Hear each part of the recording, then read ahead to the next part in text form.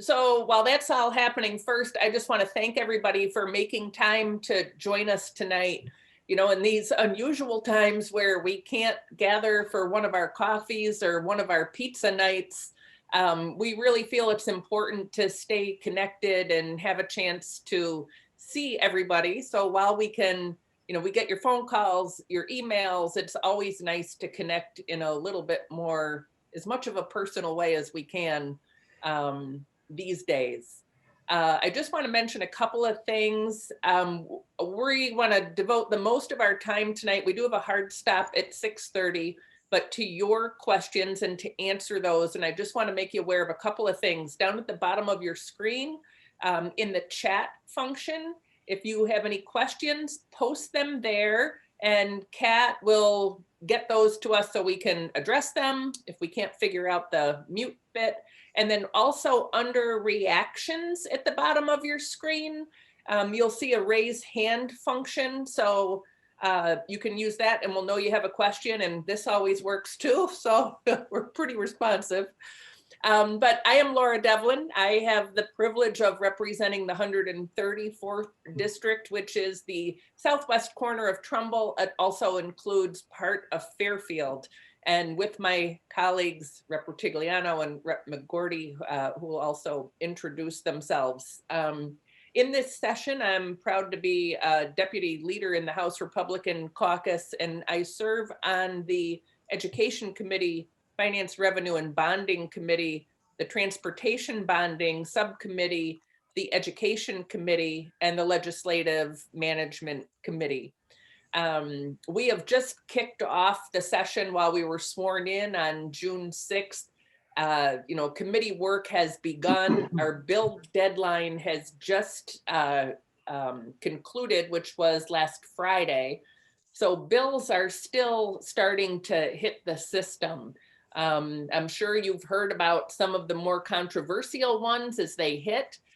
Such as one that is referred to as a mansion tax that would affect any house over $470,000 in value. 430, which equates to about 300,000 assessment.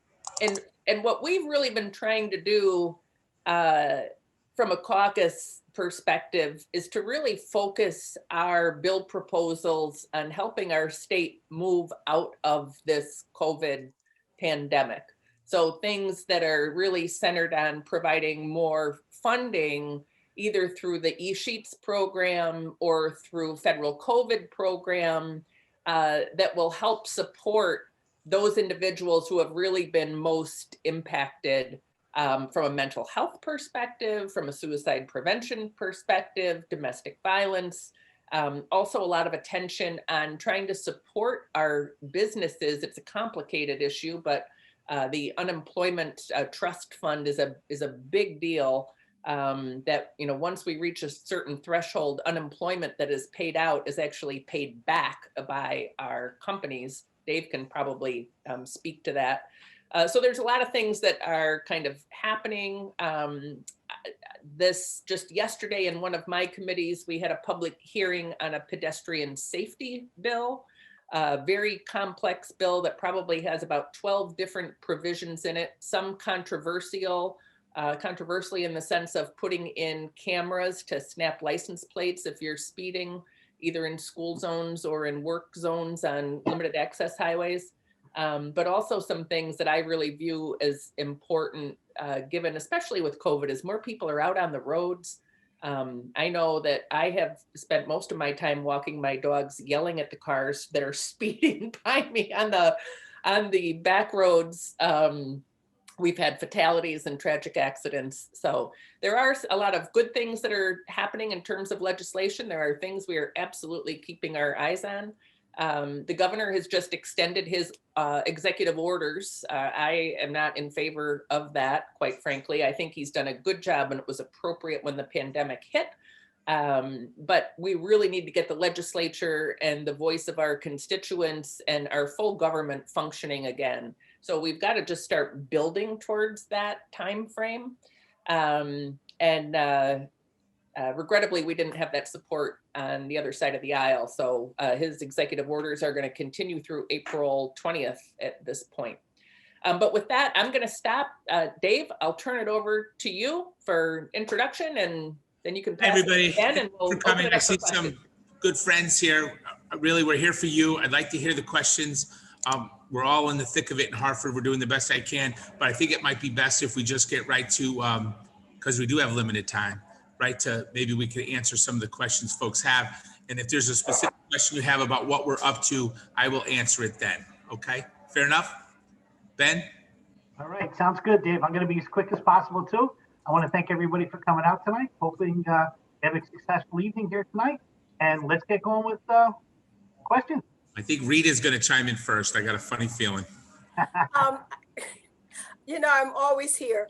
I just wanted to thank you ever so much. I was trying to say that, but I couldn't unmute myself Okay. for your support of that nomination for the nominee for the TRB board. I can't tell you how much we all really appreciate it. I shared the letter with my committees, and people were just thrilled. So you are a hero across the state now. So you're back in the good graces. Come on, Rita, we never left. Well, we were happy to help, and I hope she gets it. I truly appreciate it. Two quick things. One, I'd like for you, please, if I could get the three of you to support House Bill 5605, which is currently in the Appropriations Committee.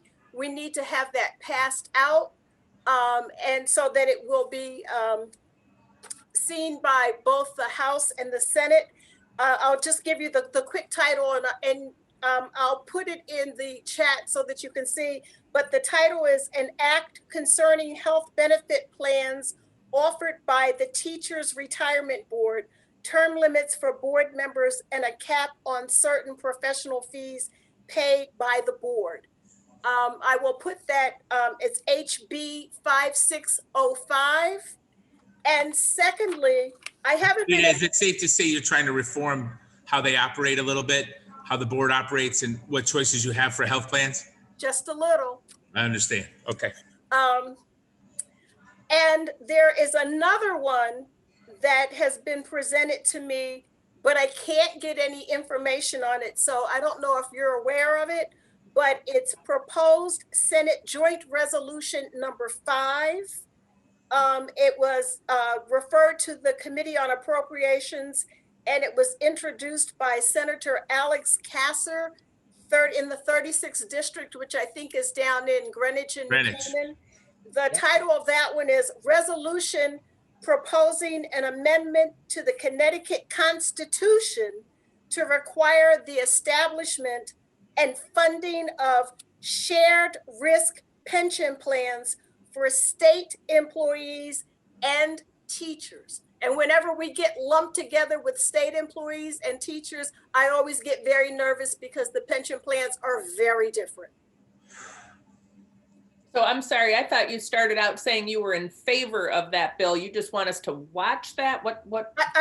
I'm trying to get information about it because all that I have is a 1-page, resolved by this assembly. No, but they don't have to write it yet.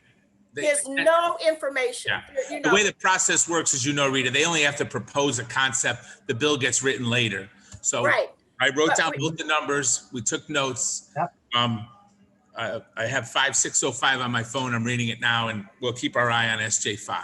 Right. The 5605, yes, I'm looking for support on that. The Senate number 5, I'm just trying to get information. Trying to figure it out. Because I'm nervous. Thank you. And thank you again. You may want to send her an email, see if you get a response, but I did. I did. I contacted her through Facebook, and I sent her an email, and I've gotten crickets. So I bring it up here. Thank you. I'll be quiet now, Dave. You're safe. It's nice to see you. So while we're waiting for another question, just so everyone knows, when we put in a bill, generally it is just like a line or two. And then the idea is if the committees will raise that for a public hearing, it'll be fleshed out a little bit more. And then if they vote to go ahead and draft the bill, we'll actually get full language. So we're early in the process. You may not see a lot of details on things. So the only reason I bring it up now is that sometimes these things get past us and they're Yeah. like all the way through, and then we find out about it on the back end. So we're trying to be very proactive this time and get in on the ground floor. So I'm going to pull rank. Lynn Haber lives across the street from me, so she can go next. How you doing, Lynn? Get on mute. I guess not. This. Oh, I hear I thought we were gonna do everybody on mute. unmute. I thought we said they could unmute themselves, right? Hi, Lynn. Can they? Okay. Hi, They can. can you hear me now? I can. How is Sam and the boys? We are good. How are you? I'm well, thank you. Good to see you. I am good. So I am representing the medical freedom community that I'm in. And my friends on the call can chime in, but I am a neighbor of David. And our family has been affected by vaccine injury. So I am very much against the bill being proposed to eliminate the religious exemption because my son was injured and he would not have qualified for a medical exemption. So I'm representing a community of people in that same category, and also a community of people who are fighting for religious freedom and medical freedom. And I feel like medical freedom falls under the category of religious freedom because we're really trying to protect our kids from any kind of harm. And that to me is religious freedom. So I am against this bill being proposed, and my friends can chime in, but we're very much of the belief that whenever there is risk, there should be choice. So I also wanted to tell you that I am in support of two bills that I just found out yesterday that are being proposed. One is HB 5401, an act prohibiting mandatory COVID vaccination, and HB 5402, an act prohibiting employees, and I don't have the rest of it, but it's an act. I was writing when you asked me the question, so I'm not completely prepared. But HB 5402, an act prohibiting employees from, I think, anybody know the rest of this? I'm looking it up right now. We're looking it up, Lynn. We'll get there. But I get your perspective, so you can keep going. So it's from, I think it's from asking about, hold on. To prohibit employers and public officials from requiring proof of COVID-19 vaccination. Right, that's it, from requiring the proof. So with COVID, I guess our medical freedom community has additional concerns. Of course, you know, it's somebody's choice to get vaccinated. It should always be choice. So I respect everybody's choice to go and get the COVID vaccine, and I'm not an anti-vaxxer, but I feel that, you know, our freedoms are being stepped upon, and I feel very strongly that this needs to be choice. And with COVID, I'm fearful for this bill about the religious exemption being removed, but I am also very strongly in support of these other two bills, which will prohibit mandatory vaccination and prohibit employers from asking about COVID vaccination. So others can chime in from, I know there's a few others in my group, and please feel free to chime in and say more.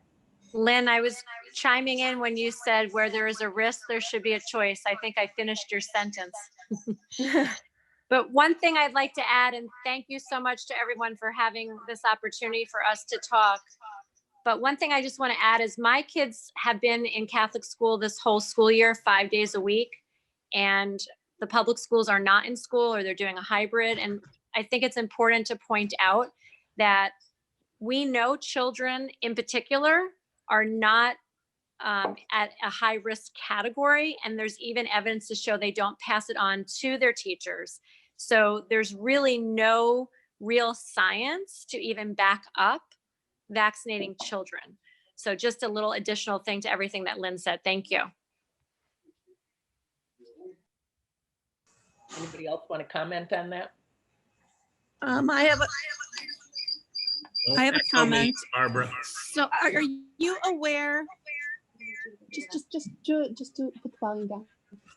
Sorry. Are you aware there's a petition with 11,000 signatures to not hold the public hearing for this SB 568 to remove the exemption, to postpone it till it could be a live hearing? Are you guys aware of the petition? What bill was that? Can you repeat that, please? 568. It's SB 568. It's the act to eliminate, they call it a non-medical exemption, but it's really, they want to eliminate the religious exemption. So there's a petition with over 11,000 signatures going strong to ask that, we wait to have a public hearing on this bill until it's not virtual, because it's logistically going to be a nightmare. And then there's people who don't even have access to Wi-Fi, computers, older people who are not tech savvy. And we, obviously we had the longest public hearing in Connecticut history. This is just such a disservice, and it's not necessary to even propose it during this session when COVID and all these other public health issues are in the limelight, obviously, because of the pandemic. So are you aware of the petition? So I was aware there was a petition. I was not aware of the number of signatures, and kudos to whoever is leading that charge, because I agree with you that an issue such as this, and I was in the building during that last public hearing, and it was jammed, and it was jammed till wee hours. And these are the kinds of issues I think that the public does need to weigh in on, and having more direct interaction, I think, is also so important. There's certain things we gain through Zoom. There's a lot of things we lose through Zoom. And I don't think matters like that should be taken up during this unusual session. And we've actually driven a petition. We actually just started it yesterday for Senator Moore's district, for the whole district, to ask her to oppose this bill if it actually comes to fruition. But just the fact that there's so many thousands of people who, just say, take pause and just have it when actually can have an in-person hearing, because it's just a sign that it just wants to be rammed through without consideration of the public. And obviously the public cares about this issue. So that is our input. And also we're yet to get an answer from, it's mostly Democrats who are pushing this bill, as what is the health problem this is supposed to solve? Because when this happened in New York in 2019, all it did was cause hardship to these children. I mean, kids were committing suicide. They were catching up their kids with their shots, and they were getting too many at once. There was depression. It was awful. And we have some people you can speak to just to attest to the hardships. And people moved out of the state. Families broke apart. I mean, it's a nightmare for New York State. And then I guess that would be issues that you should bring up in the public hearing. Well, we have last year. We support your right to be in person. Hopefully that can happen soon. So all we ask is, if you talk to your Democratic colleagues, just ask him, what public health emergency is this supposed to be solving? And Understood. We would love for you to get that answer, because Senator Moore is not giving us an answer, and it's very, very frustrating. So very good. So we can't respond to her if we don't know what they think the issue is that they're supposed to solve. So you know what? Keep up the efforts to try to reach all of your legislators, and that would yes, we are. Your senator. Do you have any suggestions besides just keeping on with the petition to try to delay the virtual hearing to be an in-person hearing?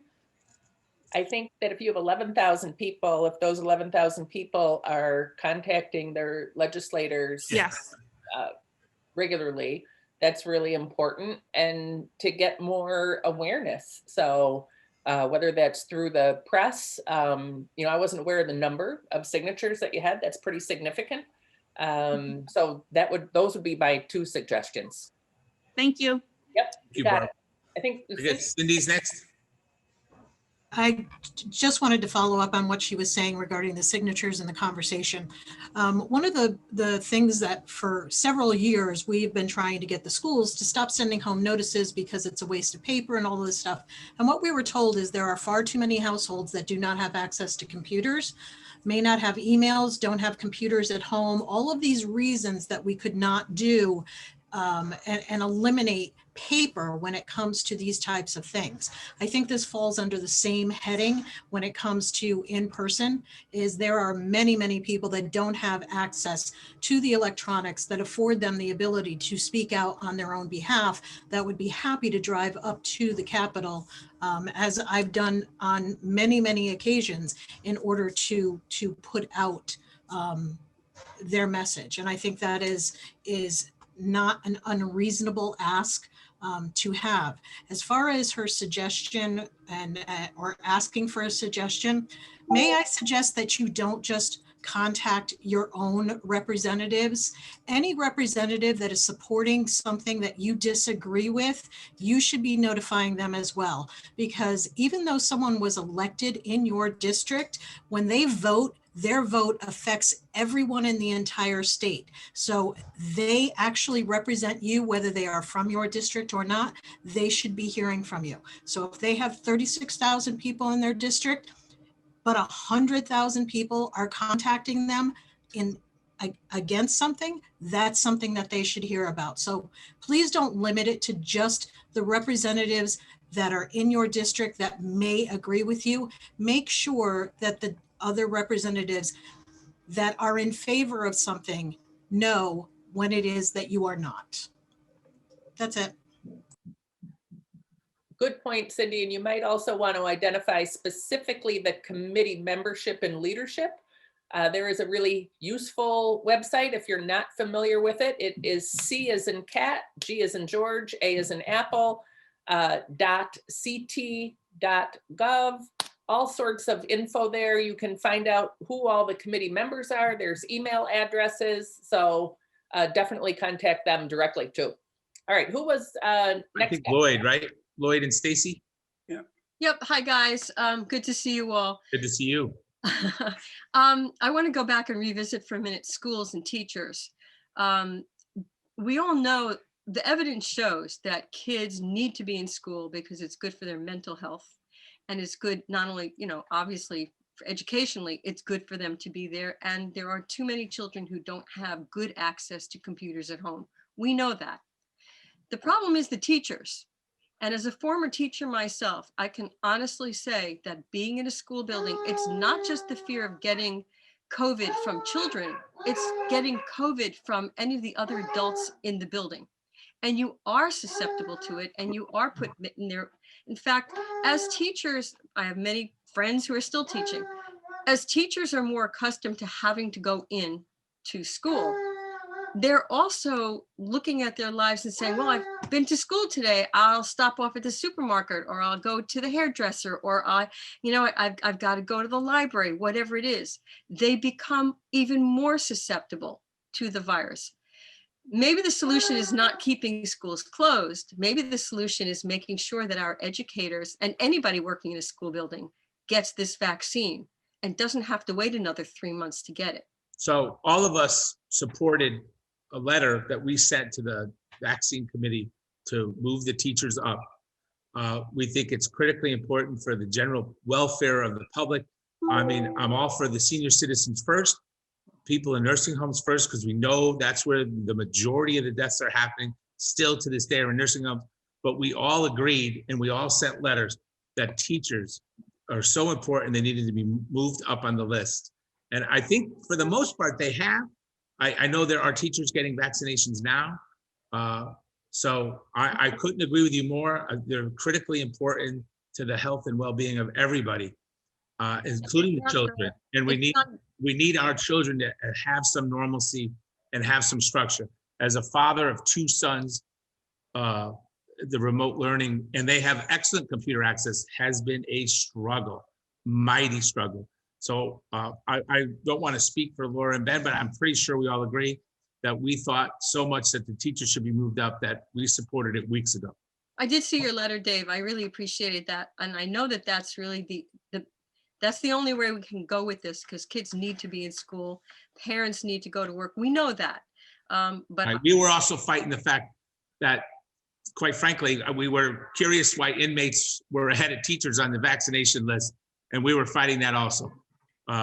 We thought that teachers certainly should get their vaccines before somebody in prison.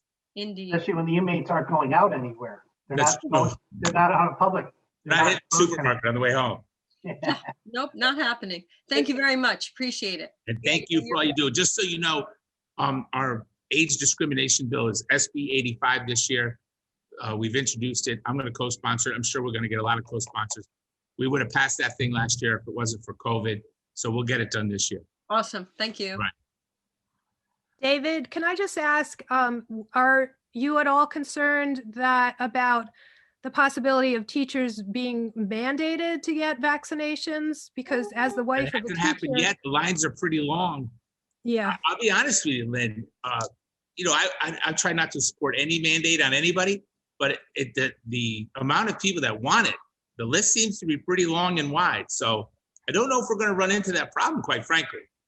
That's just my opinion, layman. I'm not a medical doctor. I'm not even on the committee, but I see the sign-up sheets and I hear people talking about they're very anxious to get the vaccine. I think many people are going to get it on their own without the government coming in and telling them what to do. It's just my personal opinion. okay. And let's go to John Paul Are you quick. feeling the same thing, Lauren? Gabriella. And Gabriella next. We're gonna go to John Paul first and then Gabriella. Yes. Hi, everybody. Just want to talk about the religious exemption that they're trying to remove. I agree with everybody else, what they said. I won't really add on to it. Besides the point that the non-in-person public hearing shouldn't happen at all. Governor Lamont was on had a press conference yesterday or the day after or the day before about internet connectivity, and the state of Connecticut is what's holding down businesses and jobs being grown here, and what they're looking to push a non-in-person public hearing. And along with that, his push for 5G in the state that's been banned in many countries. New York State has a commission to look into the health effects of it. And I'm just looking, it'd be nice to have local towns to be able to have a say in having 5G installed in their towns and communities. I read an article yesterday about Houston, Texas. People, they're just coming in and putting up boxes in people's yards that are for 5G. And they had no idea, no say if that could happen or not. I like to see some more legislation on checking the safety of 5G. That's all. I know there is a bill in about 5G. Representative Michelle from Stanford, this is a hot topic for him, and we get correspondence from him all the time. I can't admit that I know a lot about it, but I know now it'll come before us and we'll read and learn. Thank you for raising that, though. Yeah. Gabrielle? Hi, thank you guys for hosting this tonight. It sounds like I share many same concerns as other people on this call. I think that, if I can, my concern is that I think it's the government's role to make sure that products are safe, effective, and available. As you all know, I'm very against any coercion, any mandates, and all of that kind of stuff. And honestly, being a former teacher and educator, I can speak firsthand. That includes, mandates for staff. I do think that people are entitled to make choices, and I had a phone call on Tuesday evening. I will remain anonymous with his district, but there is at least one district in Connecticut who has already sent out an email that they are drafting a policy to mandate it for the teachers. And this one teacher in particular was very concerned about that, which is why he had reached out, because he knows that I try to advocate as much as possible. So obviously that is a concern. So anyway, I figured I'd put that out there because that is happening at least in one district in Connecticut so far. And I know from former teachers that I know, most of them do want it. And I think that they're entitled to have that. But I do not think that people obviously should be forced to have it. And there's just so many things this legislative session, to be honest, that are concerning to me. You know, the fact that we are doing it virtually, we know I've watched committee meetings where legislators couldn't even unmute themselves, let alone how is that going to work in terms of my 3 minutes as a constituent or as a resident in Connecticut speaking out on a topic.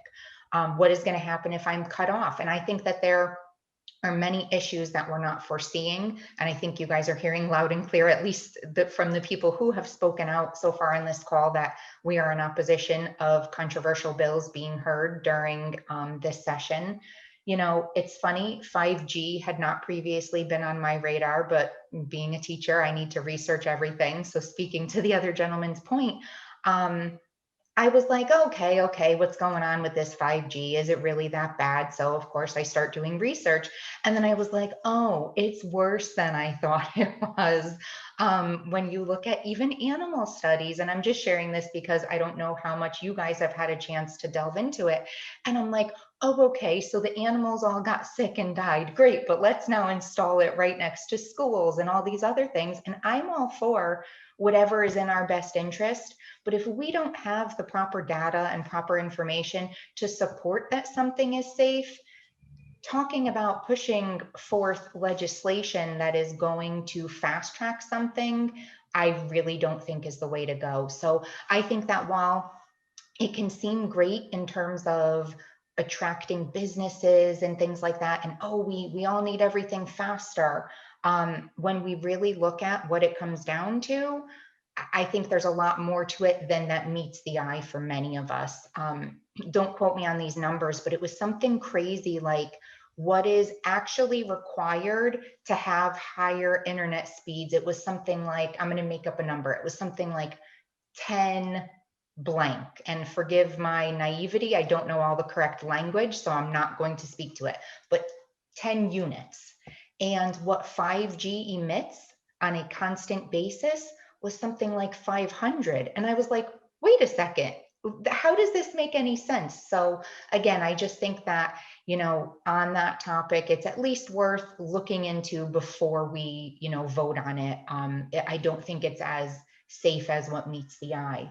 I don't know if this was touched upon, but I'm certainly concerned that we are safe enough to be back in a legislative session, yet the governor, I don't know if it has officially passed yet, so I apologize, but has he actually extended his executive power? Okay. I mean, and I'm frustrated. You know, I've spoken with Ben frequently. He knows I like action steps. What can I do? I mean, I am willing to do whatever I can as a resident of this state, but I've never been in a position where I've been so disappointed at our state and the things that are happening. I feel like, you know, while I'm sure that there are good bills happening this legislative session, there are so many quote unquote bad ones that I feel like I have to have my radar on. I feel like I can't even support the good ones that are happening. I feel like, you know, we have to make up our minds as a state. Well, if we're that unsafe that the governor needs all the power again, well, then let's close down this session. Then we shouldn't be in session right now, virtually or otherwise. And I think, you know, I'm just expressing my frustration as a resident in Connecticut, and I am 100% always open to any feedback, any information of things that I can do. And I mean, if he already has his executive powers extended, I guess it's, you know, I mean, what do we do at this point, right? So I don't know. I don't know. I guess I'm just feeling discouraged, which is a very disheartening place to be in right now. So that's all I got. Well, Gabrielle, I just want to touch on what you first said when you started. It is our job to make sure there's safe and effective vaccines and medicine out there, and food products and everything, all product safety. That falls on us. But I have no medical background. I'm an EMT. I'm not a doctor. I don't pretend to be one, but I'm not speaking for my colleagues here, but I just want to tell you myself that it's not my job to mandate a vaccine on somebody. I'm not a medical person. That's why we have doctors that go to school, they get, they graduate, they get certified, and their profession is to give medical advice. I don't believe it's a legislator's duty to mandate vaccines and medical for people because that's not our job. Yeah, I appreciate it. You know, it's. I tell you, on a practical sense, I don't think, anyway, I think so many people are going to take it that a mandate may be a moot point. Yeah. But, So I'll just throw in my 2 cents. I spent over 20 years working in the pharmaceutical industry. I am not a doctor, but I did work for Pfizer. I have a huge amount of respect for what the research scientists do and what they have accomplished to come up with these vaccines. All that said, when my time is up, I will be in line to get that vaccine, but I would not force anybody else to have it. I just believe that it is an individual's choice and it should not be mandated by the government. As much as I have total confidence and can't wait to get it myself. Yeah. Thank you for saying that. All right, Cindy, you got your hand up? I do. I know it probably goes without saying because I know you guys all get it and you know where my stance is on it, but I want to make sure other people are not only aware of it, but should have the opportunity to have a thought about it.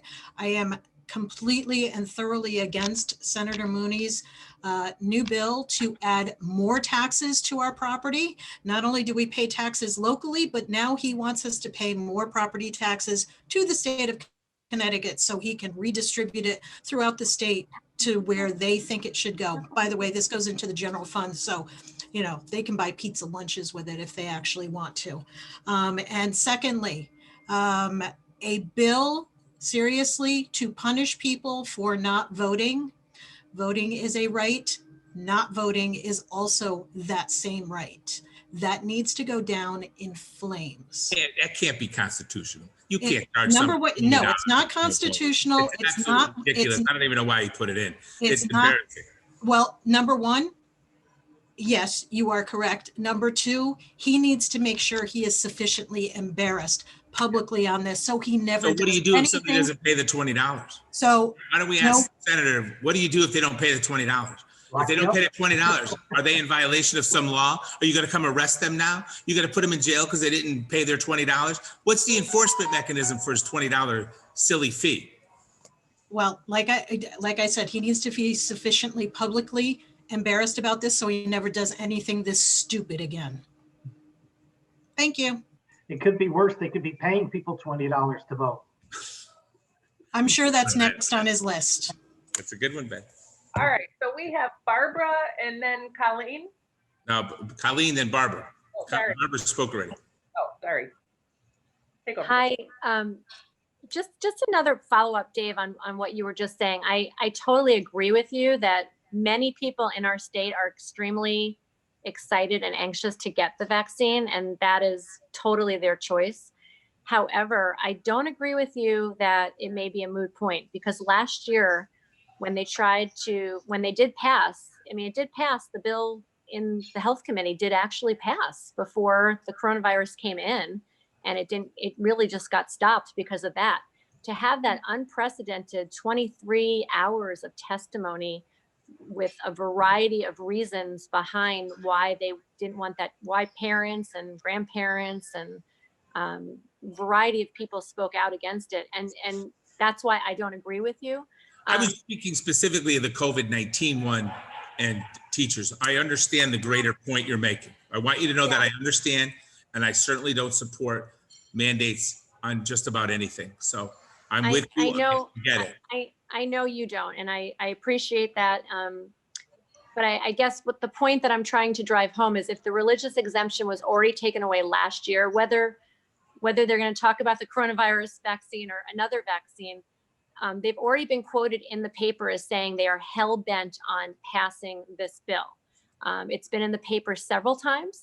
Like Barbara said before, we would love to know what problem they're trying to solve by taking away the religious exemption. But I just do disagree that it's going to be a moot point, because there's several hundred vaccines, I think, in the pipeline. Mm-hmm. So there'll be something else down the line. And if the only choice parents have is that religious exemption that gets taken away, that we are in essence, giving up all our future choices. And just one more thing I'd like to add, it's so important, you know, just the whole idea of whenever there is something that while people are lining up to take this vaccine, and all the power to them, if they want it, they can certainly get it. There are so many people that want to have a conversation with their doctor. Is it right for me? A one-size-fits-all medical solution is, in my opinion, is a very dangerous thing. So that's all I wanted to add. Thank you. You know, you are spot on. This is a bill that's important to the Speaker of the House. They have changed up the committee leadership. You'll notice that Rep. Michelle, Rep. Hennessy are not part of that. We have noticed that, and they were on our side last year. That did not go by. That did not go unnoticed. I know that Senator Wong, and I would believe Senator Summers, and actually I'm not sure where Dr. Pettit stands on this issue, but you know, certainly reach out to the full scope of leadership of that committee. But they have the power. So since we're on the Public Health Committee, I know we got a question through the chat from Trish. And I wanted to let Trish know that I share her concern, and I couldn't be more opposed to a bill than the assisted suicide bill that's been proposed year after year after year. I just don't think it's the government's place. It's not something the government should be involved in. So I want you to know how I feel about that. Thank you. Are any of you on that committee and have a sense of where this is going this year? I believe it is going to get a public hearing, another issue that I think in this age of COVID should not. And that'll be real interesting to see how all of that happens. If you don't sign up for notifications, you can do that so that you can also follow that bill. We will certainly share, I think it's practice with all three of us, you know, key things that are coming up for discussion. So at least you're aware. And then I would say participate in those forums. Well, Peter Wolfgang of the Family Institute of Connecticut on his Facebook, he's the one that has, along with disability advocates, have been able to quash this in the past. And he said that they have this quote unquote public hearing on the 20th, but under the guise of the COVID restrictions, of course, it's not really a public hearing. And there was a leader or a legislator who at this Zoom meeting on the 20th, when the leader of the disability community was expressing their concerns, then this legislator just dismissed it all and said it was misinformation. And so it's making it very difficult for Listen, I know bills come back every year and people have different perspectives and they want to continue the conversation. But since I've been in the legislature, this bill has been discussed every year over and over again. I really feel it's been fully vetted, it's been fully discussed, and it's been rejected. And I don't know why, especially in the era of COVID and Zoom, that we have to go back and do this one again. I really don't. It's too important. It's not like we haven't discussed it. We've discussed it every year. And I remember my first year, I had the privilege of serving with Mike Malgano, who's in a wheelchair. And I really gained my perspective from him and listening to him and listen to these passionate people talk about this subject and how there's no place for government involvement and people's decisions and how it can be used and abused and how it was used and abused in other states. And I just don't think it's a place that the government needs to get involved in. I mean, the cycle of life happens all on its own. People make medical decisions all the time. I went through it with my mother. I see how this goes. I just don't think this is what we are supposed to be doing. And I feel very strongly about it. But thanks, Trish. I just had a question about 5G. I know, how do we find out whether Trumbull has plans or are things in the works? How do we find that out? Because I know that Easton actually put a moratorium on it. So I don't even know if things are already going up, what the plans are. And I think we are entitled to find out. That Do might you be guys know? that might be something that you reach out to your local town council person, maybe would have a little, I sorry that I don't know, but they may know. Okay. What district do you live in, Barbara? What was that? What district do you live in? Do you know? Yours. Oh, 22 senators. no, for town council. Oh, I don't know. I have no idea. I've never Where do really you gone to vote? the town level. Where do you vote? Hillcrest. So you're in District 4. You have lots of council people to contact. Okay. All right.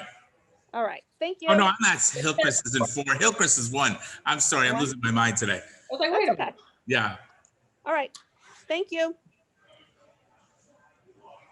Now we have hands up.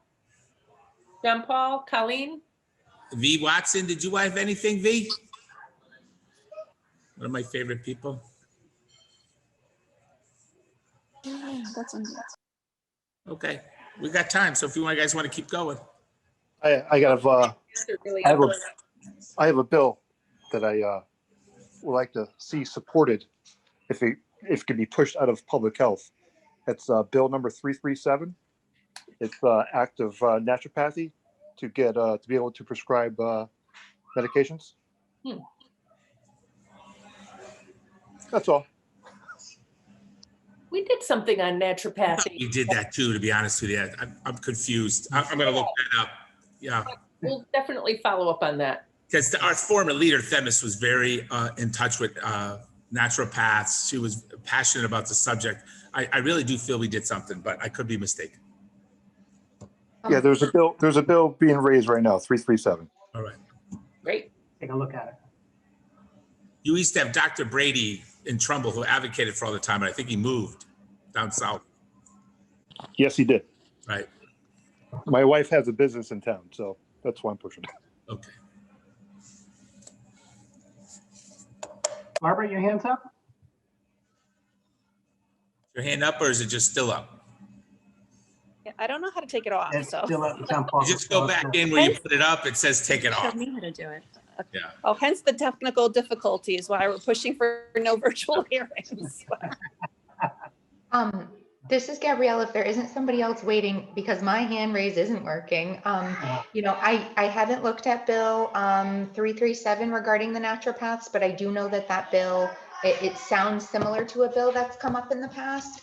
And I know it was specifically around I think it's important to understand it's limited prescription writing abilities, the same way that, you know, our regular medical doctors also have limited prescription writing abilities. And if and when you need to go to a specialist, they'll still send you to a specialist. So I think having context around that in terms of if that is what it is, I think it's a phenomenal idea.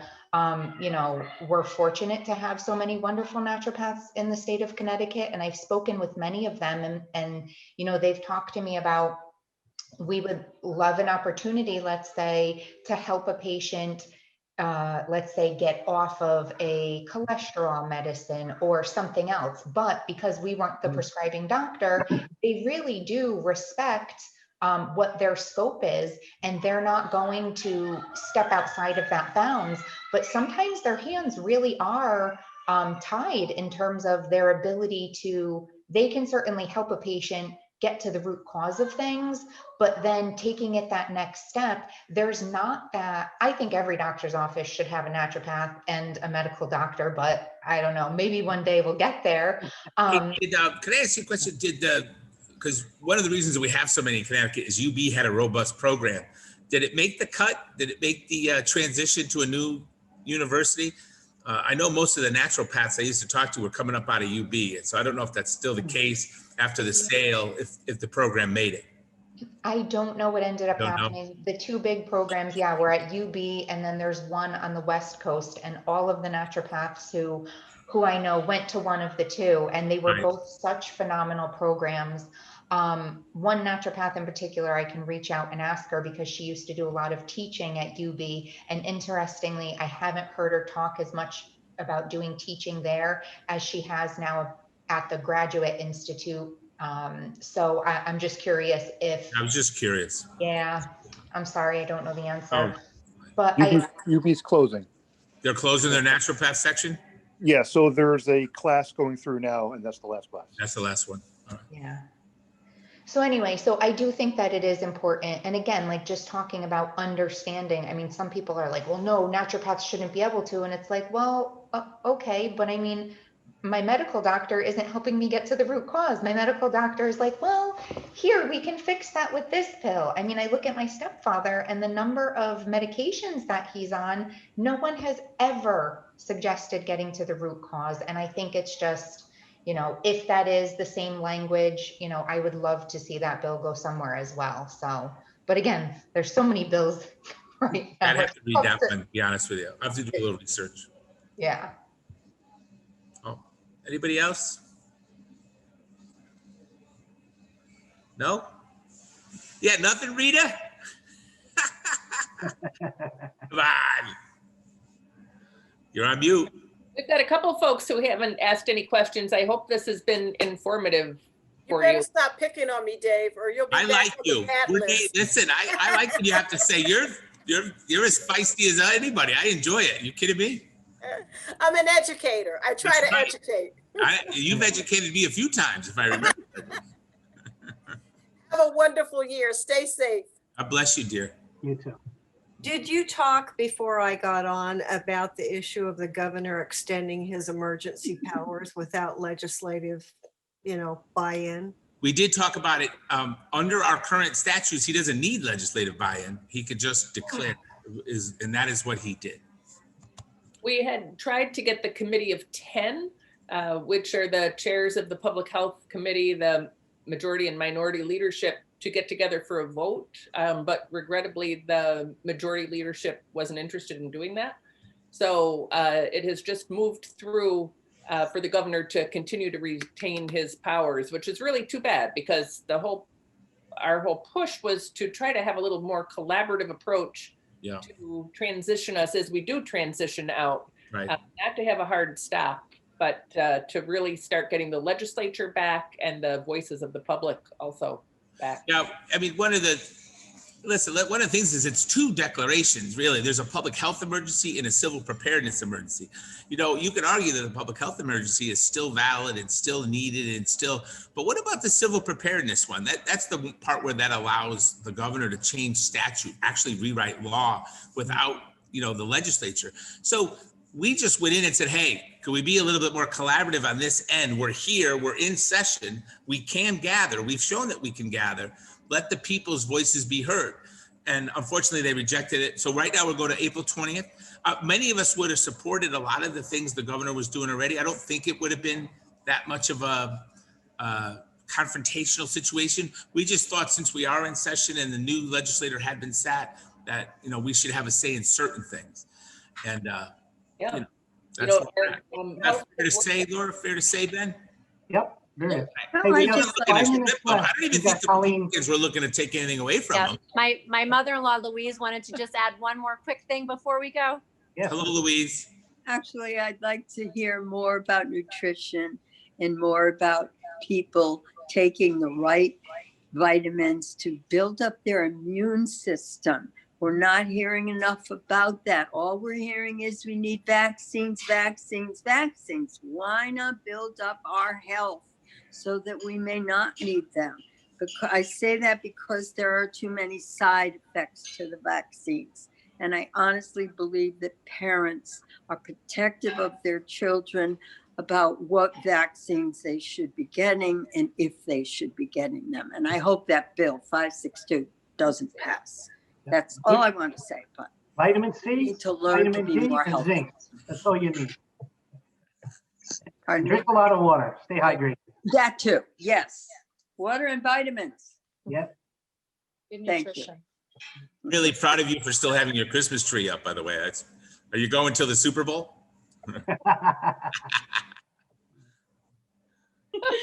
She said the little one didn't come down yet. I'm just teasing. It's funny. I think it's great. A beautiful tree. It is a beautiful tree, actually. The real one is long gone. Yeah, the real one would have been a fire hazard by now. Oh, yeah. Oh, good for a laugh. Thank you for the laugh. More things to laugh about these days. Yes. Let's hope we all Good come luck through with soon. everything. Let's, I know we're near the end and we're done with questions and stuff, but the three of us, and I'm sure many of you, we're very social people. I mean, it's one of the reasons we're in politics. We like people, we like talking. I gotta see tell you, that. I get more done bumping into folks in the hallway when I'm up in the Capitol. I learn more by listening to people just as I'm getting my coffee and people talk to me.